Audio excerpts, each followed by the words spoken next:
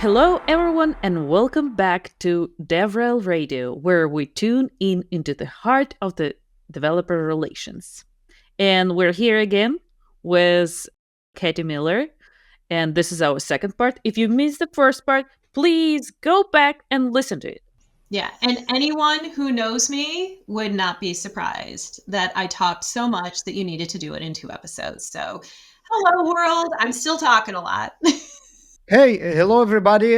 Katie, welcome back. It's great to have you here again. We had so much good things to talk about that we just couldn't fit it in one episode. So here we are back, keep talking about the relationships between developer marketing and developer relations and tons of other things, including very interesting takes on AI. So don't miss that. Yeah, that would be great to learn about this, because like we all have some opinions about this, and like I also get the reason why I'm asking this. I'm get confused many times because I've seen different people doing great jobs, and after that they get very not upset, but at least like get very confused also maybe, and very upset about when someone is just hiring from someone outside who maybe don't have a history with the company, who have been in the like beginning of the things and maybe not the history, and that's why it creates kind of like turnaround in the companies. People feel that, okay, so I was spent so many years in this particular role, now they hire someone that haven't been here for a long time, and now like am I still appreciated in this company? Do I need to continue to invest this? So this is the reason why the question. So I would be happy to hear your perspective about, this type of issue, if it makes sense. That is something that transcends developer relations and developer marketing, although it may be even more poignant for these functions because they are such a unique hybrid of skill sets. In my perspective, there really is value in understanding a company's culture, how they make product.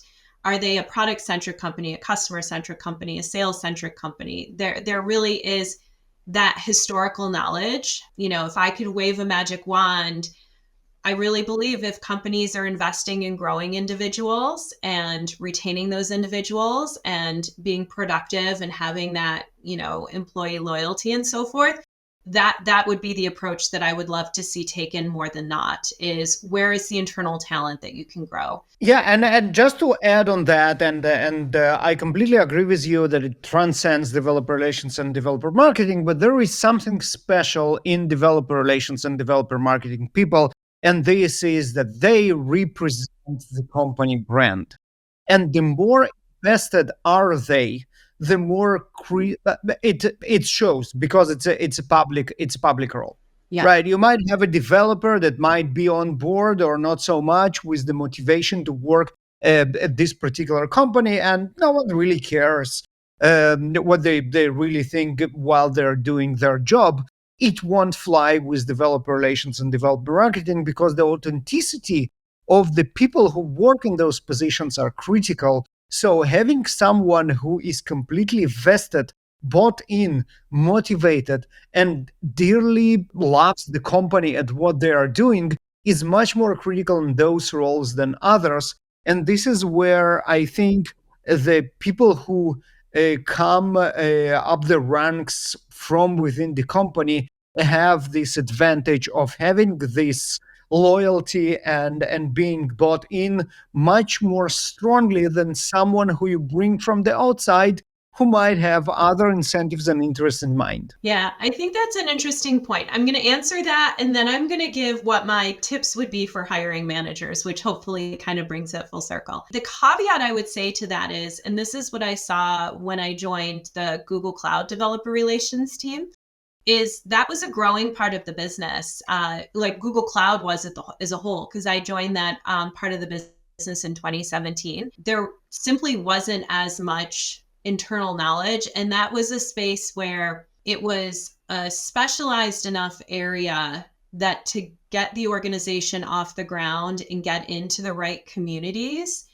that the subject matter expertise actually was outside the company. It was kind of a combination of both. There were both folks who had been deeply involved in the practice of developer relations at Google for a long, long time, who moved over because they were interested in really diving into a new part of technology. And from an to expedite things, bringing in folks who also had relationships and connections and deep knowledge in other practices. So it was a combination of things. And, having been in that organization and seeing how it grew, seeing how it thrived, I would say that there's a time and a place for both sides of that. What I would say for hiring managers is, and I'm someone who really asks the question of, what are the trainable aspects of this job, and what are the elements that somebody needs to be able to come in and hit the ground running? That's going to vary. So for example, if it's a deeply technical product and it's the first developer relations hire, having someone who has really strong foundational engineering skills, who's going to need to be creating samples, writing documentation, things like that. That would be a non-negotiable. Like, do they have as much experience with public speaking or presenting? Do they have as much experience with community building? Maybe not. And in that instance, the trainable piece would be some of that community building. The non-negotiable would be the technical skills.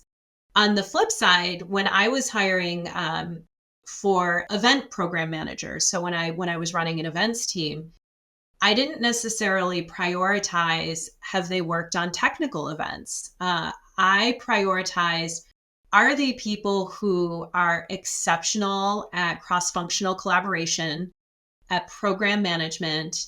Do they have intellectual curiosity and can learn things quickly? Because to me, the trainable part was the subject matter in that case.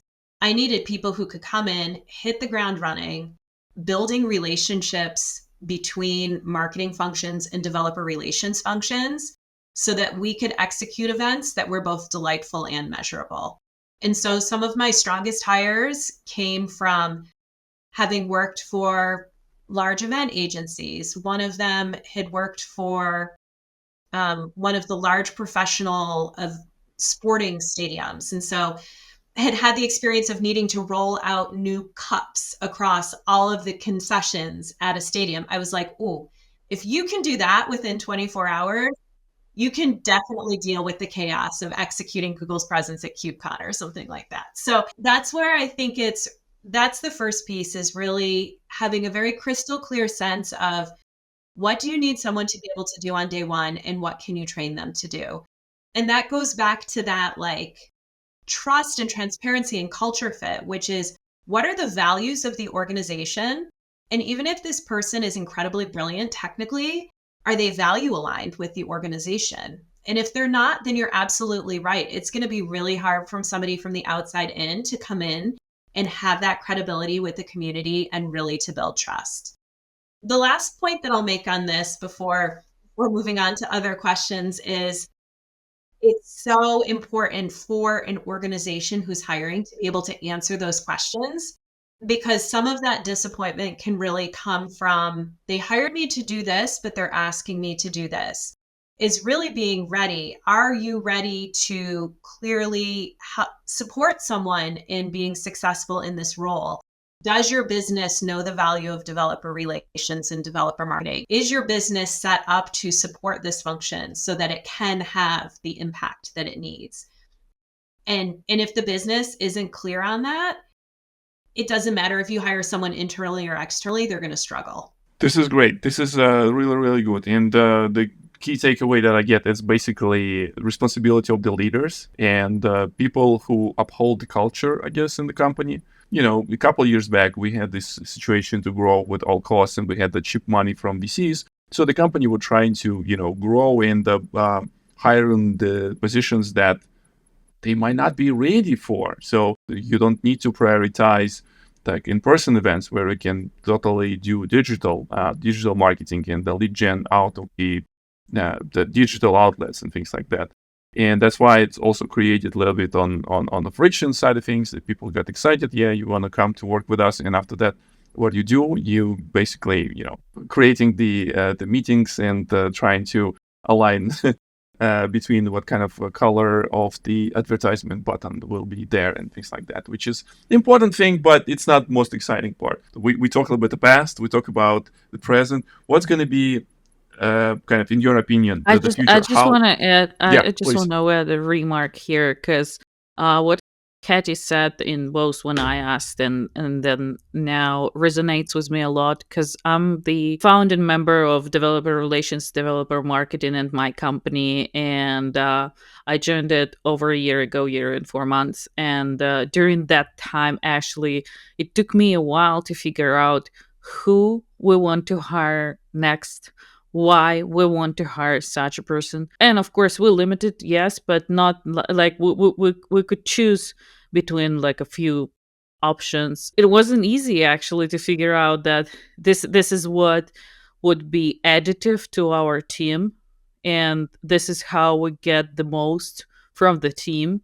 And really, for the founding member of for this role, you have to be like a Swiss knife and try to figure out different things and see like what works, what not, and then like look at all possible metrics, or sometimes just feel like this will be very effective and additive. So I would just like wanted to say that I appreciate your answers a lot. They make a lot of sense to me. Like I'm going through it right now, and And you add in that whole layer, and then we can get to the future. But my closing thought on this is you add in the layer of many of those folks who are those Swiss Army knives, if you will, are pretty tenured.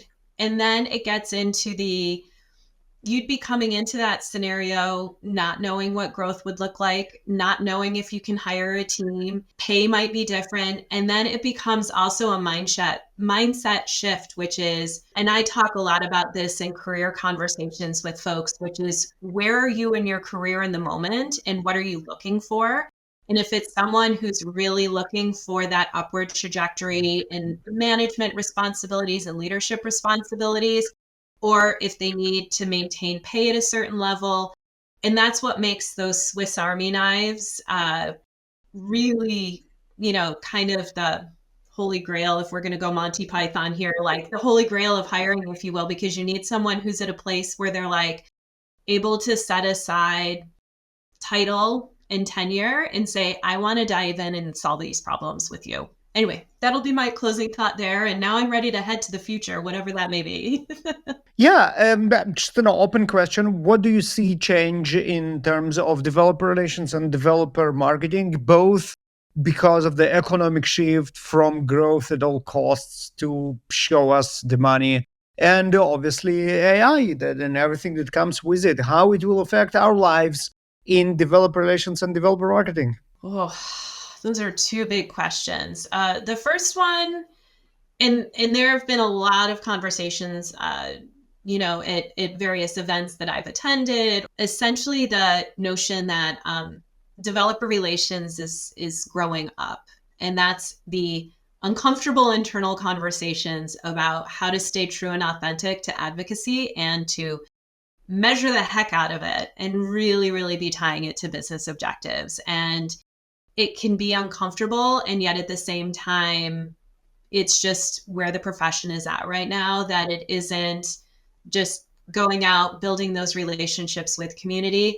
It is really building systems of minimal friction, because there's always going to be friction with change, like I said, where if there's an engagement with a developer, how are we capturing that? How are we not just capturing that internal to our team so we can write weekly snippets, but making sure that it's connected back in with the marketing organization, the sales organization, and so forth. It takes time to build those relationships because those teams have systems and processes. And if all of a sudden you're like, hey, can I put my leads into your CRM system? They're going to be like, whoa, that takes these 5 things need to change on the technical side to ingest your information. These things need to change in terms of what staff are doing. We need budget from you so that we can hire an additional contractor who can do X hours of work to make sure this happens. Like, those are non-trivial things. And yet at the same time, those are the conversations that I really do believe need to happen, because otherwise, again, it looks like a cost sink, not additive to the bottom line of the business. And I think we all know full well that like the worst way to prove the impact of developer marketing and developer relations is to cut those functions and then realize what you're missing. And so to avoid Amen that for that. happening is Yes, can we have a man? really Yes. it's like what's the expression, like put on your big kid pants, like put on Yeah. your big boy, your big girl, your big person pants, and like get up there and like do that little bit of uncomfortable work of, you know, connecting what you're doing and making sure that at the outset, the work you're doing is aligned to where the business is going. Oh, is it time for AI? I saw that on the prep doc. Are we going to go AI? Yeah, I think going back to our discussion how developer marketing, developer relations relate.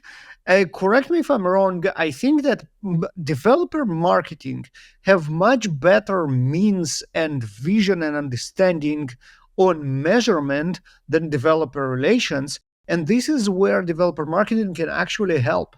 Because developer relations, it's all about like fluffy visions. You do the good job and you speak and you show, and then the developers will come eventually 6 years later, and magically everybody need to trust that whoever comes actually came because of developer relations, and you should just trust your developer relations people that they know what they're doing.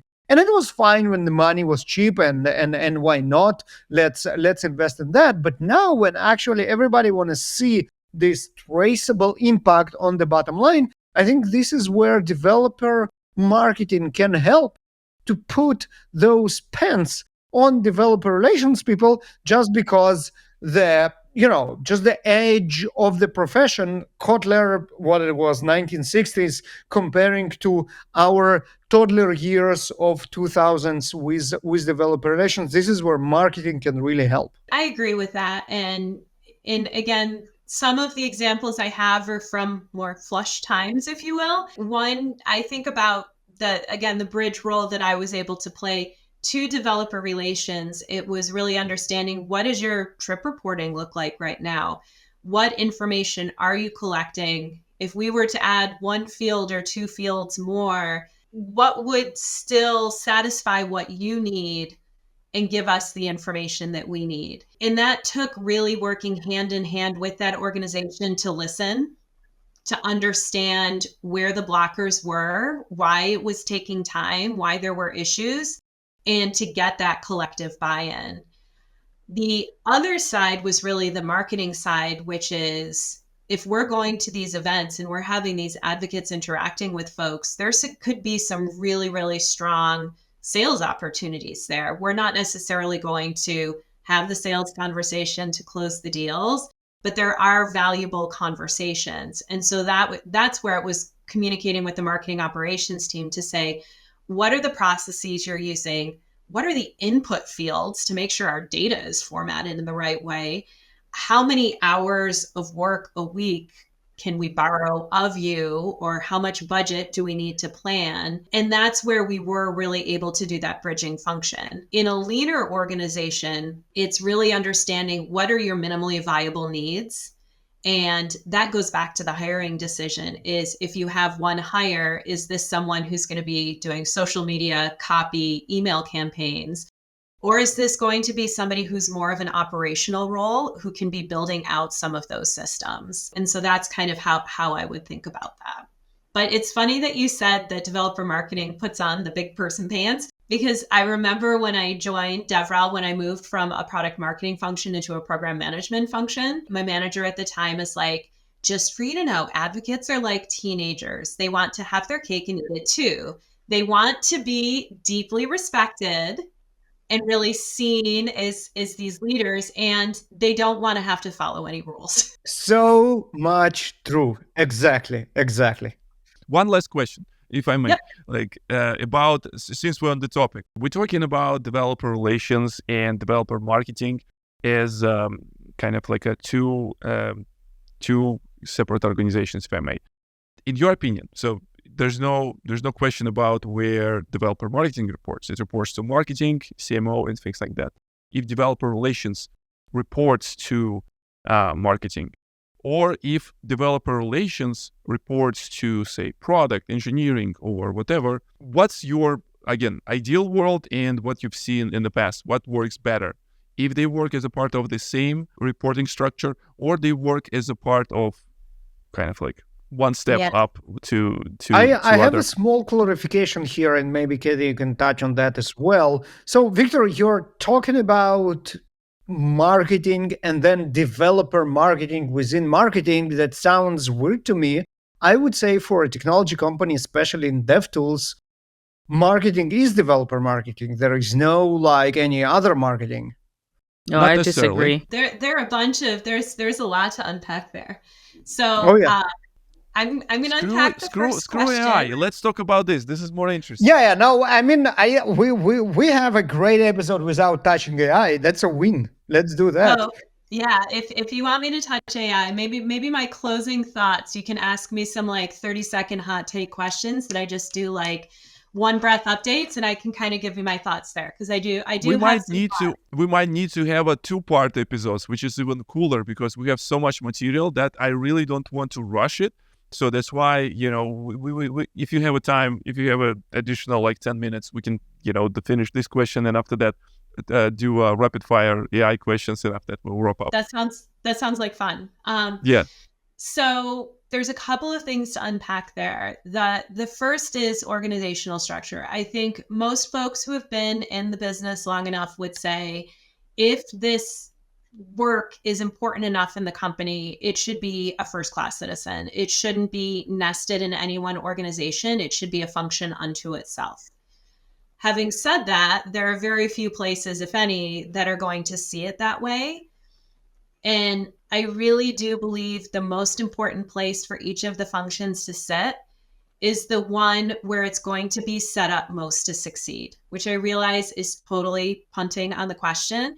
And yet I want to elaborate and hopefully find some truth in that, which is I really strongly believe that people do their best work when they're set up for success, when they're in a part of the organization where they can grow, where they feel like they have a voice, where it's inclusive, they have a sense of belonging, where they have psychological safety. That can be really tricky when you have folks that are essentially on different ladders, which it's everything from different job descriptions at each level to different pay bands and different interview processes. And as soon as you're starting to merge those into different parts of the organization, it can get really, really messy.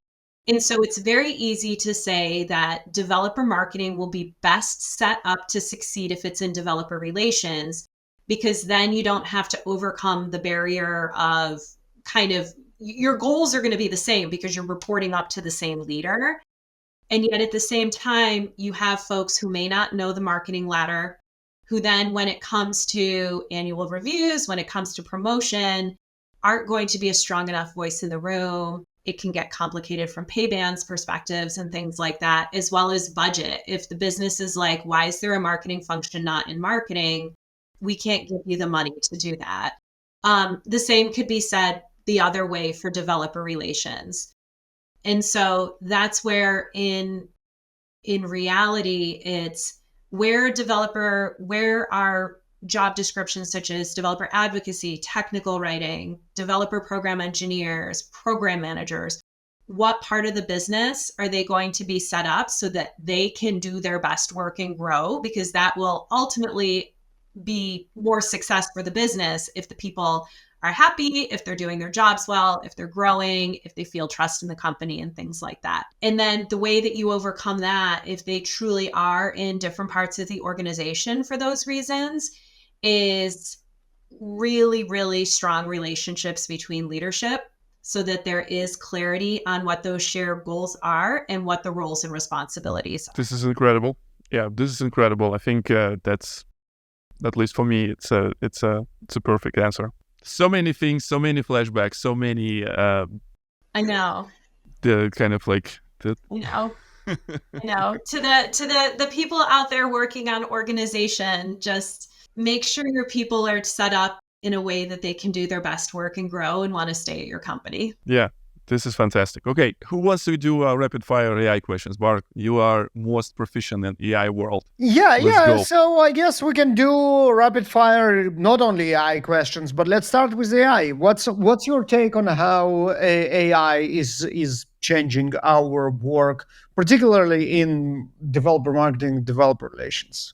I said rapid fire, and now I'm not going to answer it quickly. That's okay. Where I see it having impact in the moment, and where, dare I say, I feel comfortable about the impact it's having, is the efficiency. And I'm even going back well before the onset of generative AI, ChatGPT, Gemini, and so forth, which is this spirit of automate away the mundane so you can get to the good stuff. And that's something that I do see coming, which is if there are templated email responses that it can create, that instead of having to put all the words down on paper, you then have a starting point from which to edit, to give tone, voice, specificity to really make it sound like it's a human. You might save a little bit of time there if you're not like staring at a blank piece of paper, because then it's more of an editorial exercise than like a crafting from ground zero exercise. Similarly, even seeing how it's really almost an enhanced search function. And I know that search is such a key way that engineers do their work. They jump into Google or a browser, they jump into Stack Overflow, and they jump into a community and they're like, hey, I have to find this thing. And now to have that information synthesized across sources as that starting point, I think is bringing a lot more efficiency. So again, it's getting to the good stuff. I bristle a little bit at the idea of people not being needed or jobs being replaced. I don't think that we're there yet. And if companies are jumping to that, I think it's going to be a bad experience and people are going to learn from that. Like conversational AI stuff, like the number of times I'm like, no, I really need a person on the other end of this conversation. Like the bots just aren't quite there. And what I think about as well is all of this technology is created by humans right now. And humans are very flawed and imperfect, even though we are amazing and wonderful, especially the four of us on this conversation. And so if we become too reliant too quickly and we see it as replacements and not tools that allow us to create and solve problems maybe a little more quickly, if there isn't that human element, we're trusting a lot of technology built by flawed humans to do the work of flawed humans without any checks and oversight. And to me, that's scary. There is also the question is of generated content. We just spoke about how developers are tuned to those fake, to the fake and bad marketing generally.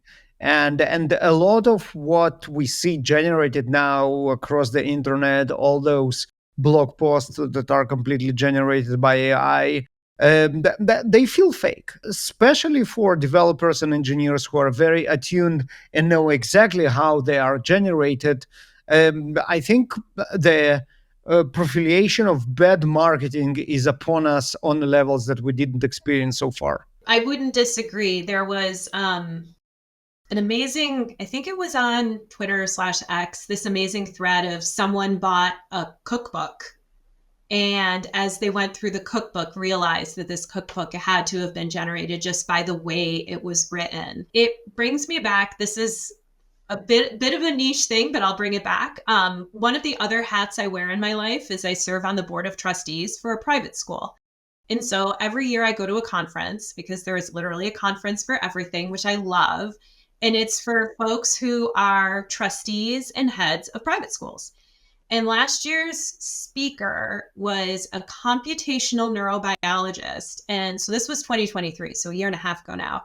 And what she spoke to is, she's like, you know what? I can tell that the essays that were written by generative AI, She's like, they're about a C. And what she really emphasized us, and this was the context of education, but I think it applies here in developer relations and marketing as well, is humans are creators and we need tools from which to create.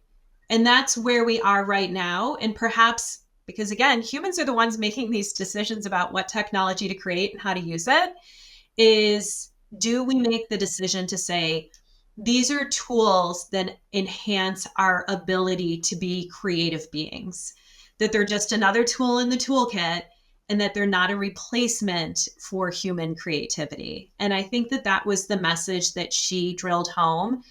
And it's where I hope we take things so that they really can be positive and responsible. And that it kind of is a check on us in terms of the consequences of our decisions and actions from a trust perspective, from economic perspective, from a safety and misinformation perspective. Like, we could take this a lot of different ways, and I'll kind of leave it at that.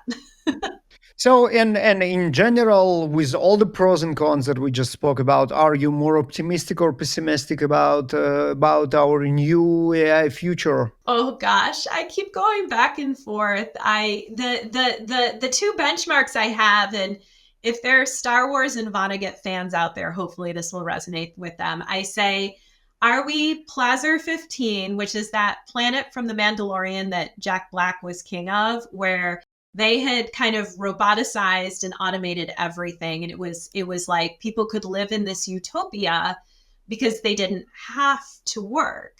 Again, the one flaw in the system was, in fact, a human who was making robots flawed. That's another conversation. But it's like, can we as humans see these tools as ways to need to work less so that we can be creative, that we can enjoy life?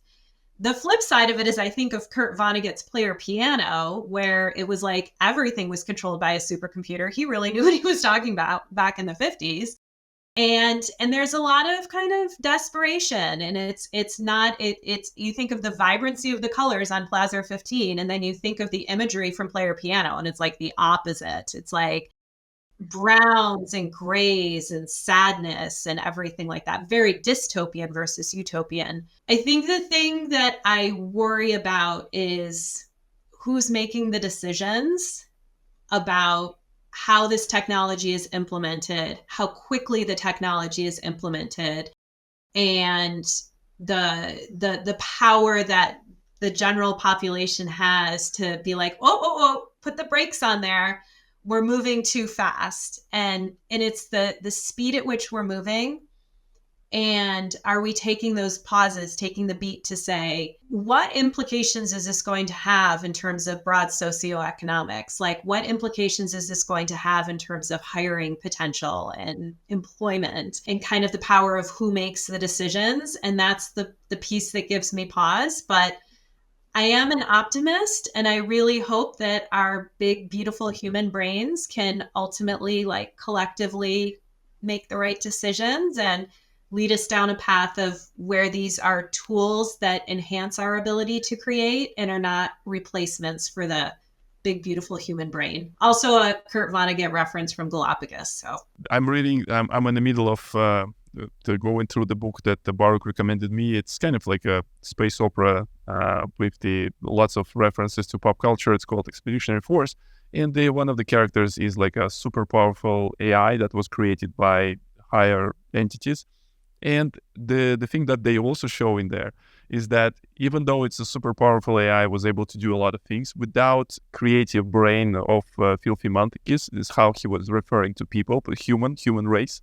He was not able to achieve some cool things that possible to do even for this so powerful AI. So I really like your reference with the tooling that gives us better tooling, but also we need to be cautious about this, kind of like not become the people from the Wall-E, when the kind of like everything would be robotized and we will sitting there, and people will be very, very it would be in a very bad shape and things like that. All right, everyone. Thank you for listening to this 2-part episode about developer relations and developer marketing with Katie. And I'll let Katie say her goodbye to everyone. Thank you so much, everyone, for tuning in. I can't wait to see what comments you have and to keep the conversation going. I know there were a lot of hot takes in there and a lot of opinions. And the only way that we move this profession forward is having these great, spicy conversations with one another. So can't wait to see what you think of the episodes. Katie, thank you very much for joining. It was great, and it was a lot, and we learned a lot, and it was just fun. And if you want to have you find this conversation as spicy as Katie mentioned and as insightful and mind blowing as I found them, write down in the comments, or in the thread in a Twitter or in a YouTube where you can find this, or whenever you found this podcast, comment and let us know if you found something insightful, interesting, entertaining, maybe.